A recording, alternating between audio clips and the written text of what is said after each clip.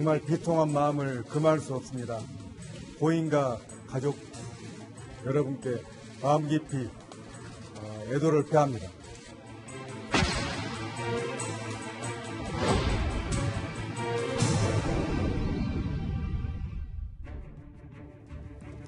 자, 이번 순서부터는 박지훈 변호사 그리고 이유종 동아일보 사회부 기자 두 분이 함께 또 하겠습니다. 어서 오십시오.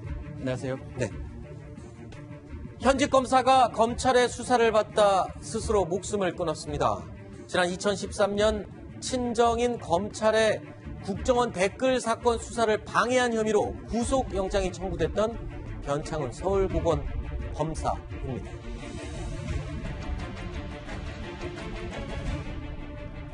영장 실질 심사를 1시간 앞두고 변창훈 검사가 스스로 투신 자살을 했다는 소식이 전해지자 검찰은 큰 충격에 휩싸였습니다. 내부에서는 검찰이 큰 덫에 걸린 것 같다라는 말까지 나오고 있는 상황입니다.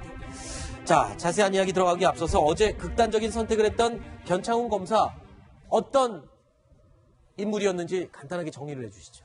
네, 변창훈 검사는 대표적인 공안통이었습니다. 서울대학교 법학과를 졸업했고요. 사법연수원 23기를 마치고 이후에는 계속해서 수원지검 공안부장 그리고 서울중앙지검 공안부장을 역임했습니다. 이런 식으로 계속해서 공안 계통으로 굉장히 업적을 많이 쌓고 승진도 매우 빨랐습니다. 그래서 검찰 내에서는요. 올해 있었던 8월 인사에서 검사장에 승진하는 것 아니냐 이런 얘기가 오갈 정도로 그 기수에서는 선두를 달리던 주자였습니다. 그런데요. 예전에 박근혜 정부가 출범하자 당시에 국가정보원에 파견을 가게 됐습니다. 법률보좌관으로 가서 근무를 하게 됐는데 이때 경력 때문에 적폐 인사로 분류가 약간 되기 시작했습니다.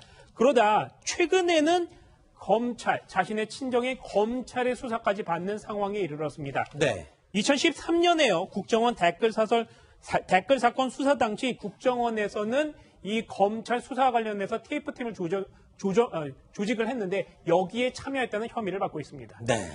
자, 고 변창훈 검사의 빈소에 어제 저녁부터 많은 이 사람들의 조문 발길이 이어졌었는데 어제 문무일 검찰총장을 비롯한 검찰 관계자들이 찾았습니다. 그런데 이 자리에서 죽음을 둘러싸고 굉장히 격한 말들이 오고 갔다고요? 예, 문상을 한 현직 지청장은 너희 때문에 죽었다 이런 식으로 이렇게 그 격한 말을 쏟아냈고요. 유족들도 정권이 바뀌면 어떻게 될지 두고 보자 뭐 이런 얘기를 했다고 합니다. 네. 지금 검찰 일각에서는 이 변 검사의 죽음은 뭐 물론 자살이긴 합니다만 일종의 거의 사법파동에 준하는 그런 그 사건 아니냐 이렇게 좀 심각하게 여기는 사람들이 있습니다. 그리고 또 뭐 윤석열 지금 그 중앙지검장이 바로 이 국정원 댓글 사건 수사하다가 좌천된 그런 분이기 때문에 저렇게 좀 한이 많은 분을 저런 검찰 수사 요직에 앉히는 것이 결국 이런 일을 불러온 거 아니냐 네. 이렇게 비판적으로 보는 그런 목소리도 있습니다. 어제 빈소에서의 분위기 심정수 차장이 좀 자세히 알고 있는 것 같은데. 그 변 검사하고 친했던 분하고 제가 통화를 했습니다. 네. 어제 빈소에도 찾아갔는데 일단 어제 그러니까 투신 자살을 하기 전까지 상황이 어땠나, 가족들에게 뭔가 암시가 있었나 했는데요. 그 검찰이 압수수색한 이후 집에 아침 7시에 들이닥쳐서 애들 가방까지 뒤지면서 압수수색을 하는 걸 보고 굉장히 충격을 받았었다고 합니다. 그래서 그 압수수색 이후 검찰 조사까지 받았는데 가족들한테 미안하다, 볼 면목이 없다 그런 얘기들 하면서 집에도 잘 안 들어오고요. 뭔가 이렇게 정신이 좀 혼이 나간 사람처럼 이렇게 다녔다고 합니다. 그래서 그런데 어제 법원의 영장 실질 심사를 앞두고 이제 아내와 함께, 아내는 이제 전업주부라고 하는데 아내와 함께 변호사 사무실에 갔다가 갑자기 저렇게 황망하게 가버린 건데요. 하여튼 어제 그 빈소 분위기는 그 아내 같은 경우에는 문무일 총장한테 그랬답니다. 우리 애기 아빠가 뭘 그렇게 잘못했다고 위에서 시키니까 조직에 있는 사람이 그렇게 한 건데 우리 애기 아빠가 뭘 그렇게 잘못했다 그러면서 굉장히 오열하는 모습이어서 주위 사람들한테 굉장히 안타까움을 많이 샀다고 하고요.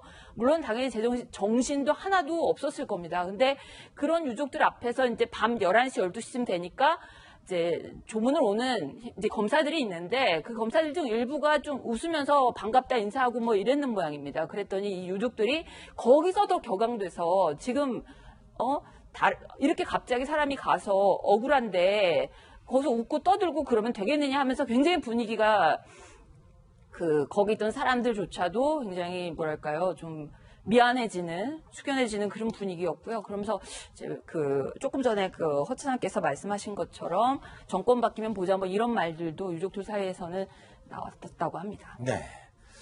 국정원 댓글 수사 방해 그 칼을 쥐고 있는 인물은 다름 아닌 윤석열 서울중앙지검장입니다. 특히 윤석열 지검장은 사망한 변창훈 검사와 사법연수원 동기로 가까운 사이였다고 하는데요.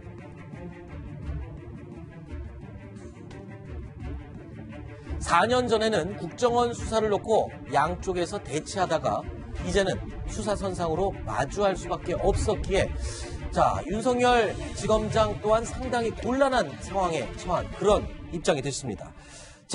일단은 내부에서도 윤석열 검사장 내부 밑에 사람들 사이에서도 약간 좀 이견이 있다고요? 그렇죠. 검찰 내부, 특히 이 수사를 직접 하지 않는 사람들은 너무 과한 것이 아니냐, 검찰이 청와대 도구가 되는 것이 아닌지, 특히 청와대에서 케미를 던져주면 그걸 갖고 하명 수사를 하는 게 아니냐, 정치 검찰이 아니냐라고 얘기를 하고 있고요. 다만 문무일 총장이라든지 윤석열 지검장 같은 경우는 혐의가 무겁기 때문에 영장을 청구할 수밖에 없었다라고 하고 일선에서 지금 수사하는 검사나 수사관들이 동요하지 않았으면 좋겠다라고 밝히는 상황입니다. 근데 지금 윤석열 지검장 입장에서는 이 수사를 지금 중단할 수도 없는 상황 아닙니까? 예, 그렇습니다. 지금 적폐청산에 지금 최일선에 그렇죠. 지금 칼을 휘두르고 있는 사람이 바로 윤석열 지검장이고요. 여기서 수사를 중단한다는 것은 정권의 어떤 문제와 연결되기 때문에 좀 불가능하다고 생각이 드는데, 그렇지만 이 적폐청산에 대해서 이제 이 변검사의 죽음을 계기로 이건 적폐몰이다, 이렇게 지금 보는 그런 시각도 있습니다.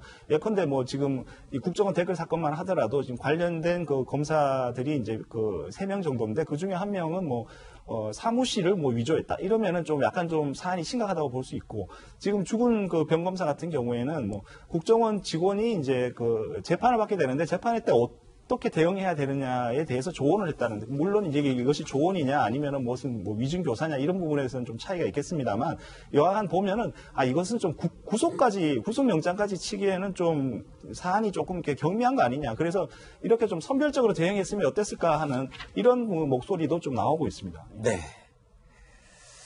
알겠습니다. 4번째 이야기까지 살펴봤고요. 5번째 순위로 넘어가겠습니다. 오늘 저희가 3위로 꼽은 소식이 준비되어 있습니다.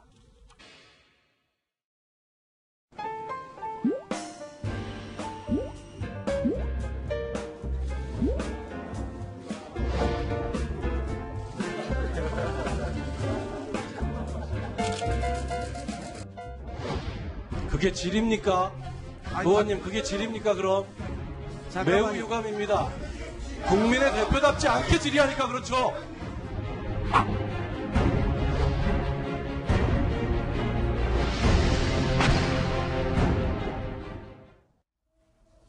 어제 청와대 국정감사에 임종석 청와대 비서실장이 출석했습니다. 그런데 처음 국감에 출석한 임 실장이 자유한국당 전희경 의원과 설전을 벌여서 시끄러웠습니다. 그 상황입니다. 주사파 전대협이 장악한 청와대, 과연 그 청와대의 면면과 실력 봤습니다. 청와대 구성이 전반적으로 저렇게 한 축으로 다 기울어져 있으면서 오늘 이 자리에서 말끝마다 트럼프 방안의 중요성 때문에 이런 말씀을 운운하시는 것이 저는 얼마나 이율배반적인가 싶습니다. 의원님 말씀 매우 유감입니다. 저는 전희경 의원님 말씀에 매우 모욕감을 느끼고 아주 강력한 유감의 뜻을 표합니다. 인생을 걸고 삶을 걸고 민주주의를 위해서 노력했습니다. 의원님께서 그렇게 말씀하실 정도로 부끄럽게 살지 않았습니다. 의원님들, 그게 질입니까?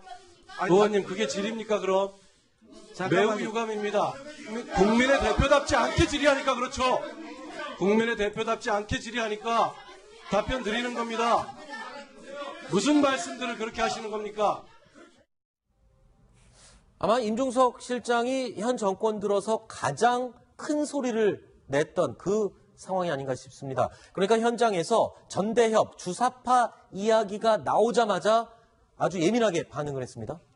임종석 비서실장 같은 경우에는 다 알려져 있다시피 80년대 전대협 1기 의장이었습니다. 네. 그런데 그 전대협이라는 것은 김일성 주체 사상을 받드는 그래서 그걸로 남한을 사회주의화 시키겠다. 이런 이런 80년대 후반에 운동을 주도했던 그런 그룹인데요.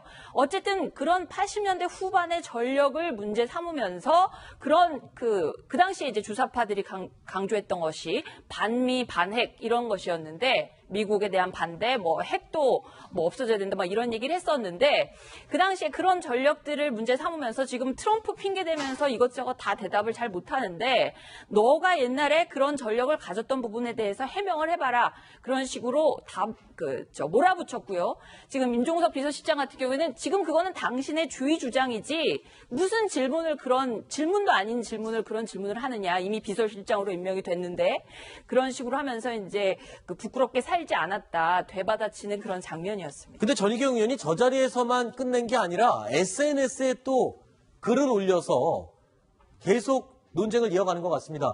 정곡을 찔리면 아픈 법이다. 진보적 민주주의 추종을 물었더니 부들부들 느닷없이 셀프 모욕감 타령을 했다. 이런 식으로 계속 논란을 이어가고 있습니다. 예, 주사파 전대협이 논란의 그 발단은 뭐냐면, 네.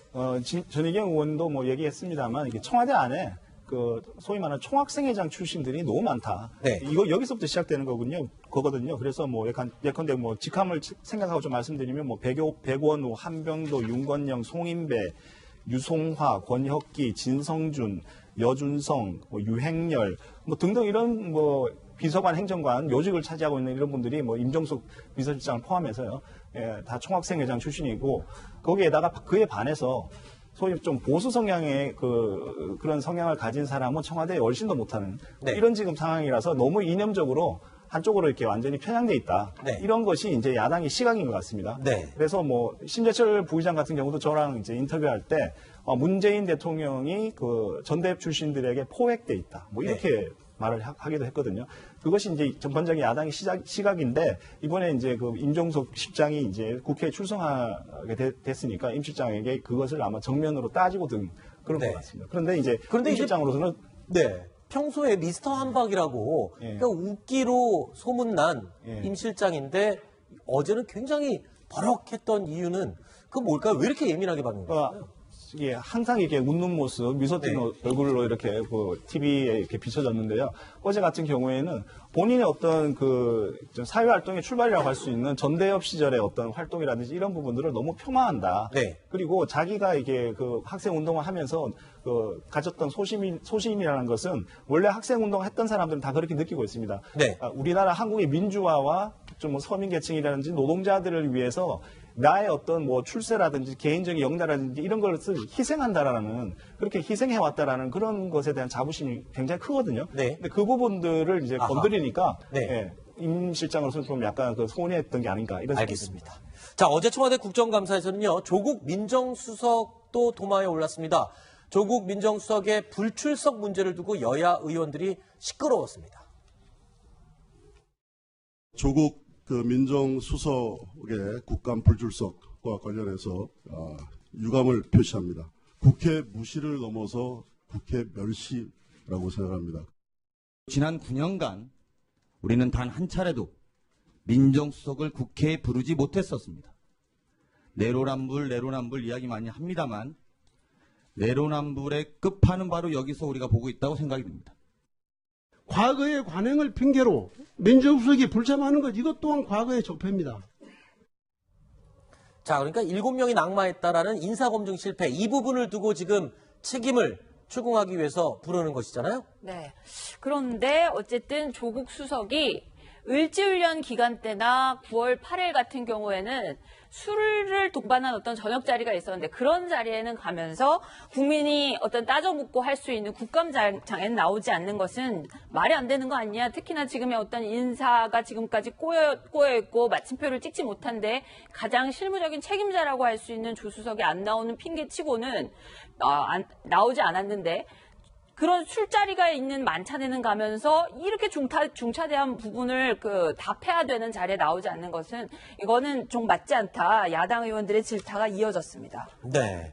자, 이 자리에서 강훈식 의원이 그런 내로남불 얘기를 했어요. 그러니까 여당 의원들 입장에서는 이 과거 우병우 전 수석을 언급하면서 단 한 번도 나오지 않았었으면서 지금 이제 와서 안 나온다고 뭐라고 하는 것 자체가 말이 되느냐 이런 식으로 또 따져 물었었죠. 예, 강훈식 의원의 그 주장은 일견 타당하다고 생각이 듭니다. 네. 왜냐하면 자유한국당도 그렇게 해놓고 이제 그렇죠. 와서 이제 정권이 바뀌었다고 요구를 하는 것은 맞지 않다. 네. 이런 얘기인데요.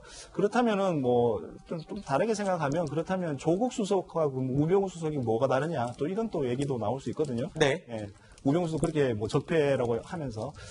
근데 안철수 후보가 대선 때 이런 얘기를 했었어요. 공약을 내면서 민정수석 없애겠다 이런 얘기를 했었습니다. 네. 어떤 측면으로 보면 이 시대에서는 이렇게 민정수석이라는 자리 자체가 좀 약간 시대에 뒤떨어진 그런 부분이 있고요. 네. 그래서 지금 인사 문제라든지 이런 부분에서 너무나 큰 인사 실수가 있었다라고 주장을 하니까 네. 그 부분에서 아니면 아니다라고 조 수석이 국회에 나가서 국민의 대표 기관이니까 가서 설명을 하는 것도 필요하지 않나. 네. 개인적으로 그렇게 좀 생각합니다. 알겠습니다. 자, 6번째 이야기까지 살펴봤습니다. 7번째 이야기가 준비되어 있네요. 저희가 오늘 8.15 꼽은 소식입니다. 확인해 보시죠. 죽음은 물론 자살이긴 합니다만 일종의 거의 사법파동에 준하는 그런 사건 아니냐 이렇게 좀 심각하게 여기는 사람들이 있습니다. 그리고 또 윤석열 지금 중앙지검장이 바로 이 국정원 댓글 사건 수사하다가 좌천된 그런 분이기 때문에 저렇게 좀 한이 많은 분을 저런 검찰 수사 요직에 앉히는 것이 결국 이런 일을 불러온 거 아니냐 네. 이렇게 비판적으로 보는 그런 목소리도 있습니다. 어제 빈소에서의 분위기 심정수 차장이 좀 자세히 알고 있는 것 같은데. 변검사하고 친했던 분하고 제가 통화를 했습니다. 네. 어제 빈소에도 찾아갔는데 일단 어제 투신 자살을 하기 전까지 상황이 어땠나, 가족들에게 뭔가 암시가 있었나 했는데요. 검찰이 압수수색한 이후 검찰의 국정원 댓글 사건 수사를 방해한 혐의로 구속영장이 청구됐던 변창훈 서울고검 검사입니다.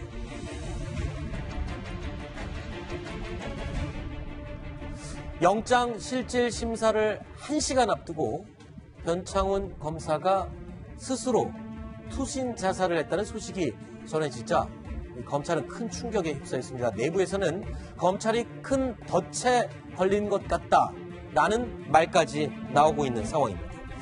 자, 자세한 이야기 들어가기 앞서서 어제 극단적인 선택을 했던 변창훈 검사 어떤 인물이었는지 간단하게 정리를 해주시죠. 네, 변창훈 검사는 대표적인 공안통이었습니다. 서울대학교 법학과를 졸업했고 왕에 이르렀습니다. 네. 2013년에요. 국정원 댓글 사건 수사 당시 국정원에서는 이 검찰 수사 관련해서 TF팀을 조직을 했는데 여기에 참여했다는 혐의를 받고 있습니다. 네. 자, 고 변창훈 검사의 빈소에 어제 저녁부터 많은 이 사람들의 조문 발길이 이어졌었는데 어제 문무일 검찰총장을 비롯한 검찰 관계자들이 찾았습니다. 그런데 이 자리에서 죽음을 둘러싸고 굉장히 격한 말들이 오고 갔다고요? 예, 문상을 한 현직 지청장은 너희 때문에 죽었다 이런 식으로 이렇게 격한 말을 쏟아냈고요. 유족들도 정권이 바뀌면 어떻게 될지 두고 보자 이런 얘기를 했다고 합니다. 네. 지금 검찰 일각에서는 이 변검사의 사법 연수원 23기를 마치고 이후에는 계속해서 수원지검 공안부장 그리고 서울중앙지검 공안부장을 역임했습니다. 이런 식으로 계속해서 공안 계통으로 굉장히 업적을 많이 쌓고 승진도 매우 빨랐습니다. 그래서 검찰 내에서는요, 올해 있었던 8월 인사에서 검사장에 승진하는 것 아니냐 이런 얘기가 오갈 정도로 기수에서는 선두를 달리던 주자였습니다. 그런데요, 예전에 박근혜 정부가 출범하자 당시에 국가정보원에 파견을 가게 됐습니다. 법률보좌관으로 가서 근무를 하게 됐는데 이때 경력 때문에 적폐 인사로 분류가 약간 되기 시작했습니다. 그러다 최근에는 자신의 친정의 검찰의 수사까지 받는 상황.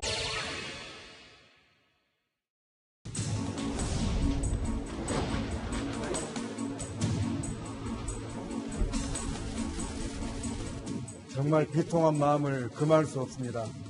고인과 가족 여러분께 마음 깊이 애도를 표합니다.